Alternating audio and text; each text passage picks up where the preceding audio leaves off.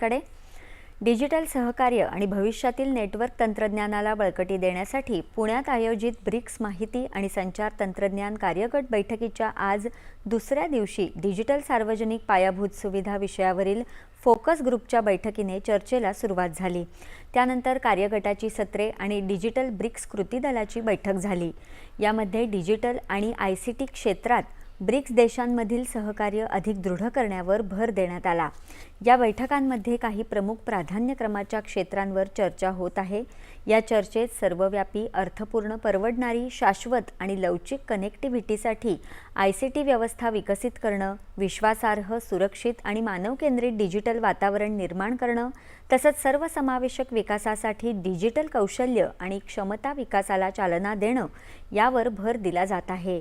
त्याचप्रमाणे कृत्रिम बुद्धिमत्ता, पुढच्या पिढीची दळणवळण यंत्रणा, डिजिटल सार्वजनिक पायाभूत सुविधा, सायबर सुरक्षा, मुलांचे ऑनलाईन संरक्षण आणि डिजिटल क्षेत्रातील सहकार्य यांसारख्या क्षेत्रांसह आयसीटी क्षेत्रातील नाविन्यपूर्ण उपक्रम, स्टार्टअप्स आणि उद्योजकतेला बळकट करण्यावरही चर्चा करण्यात आली।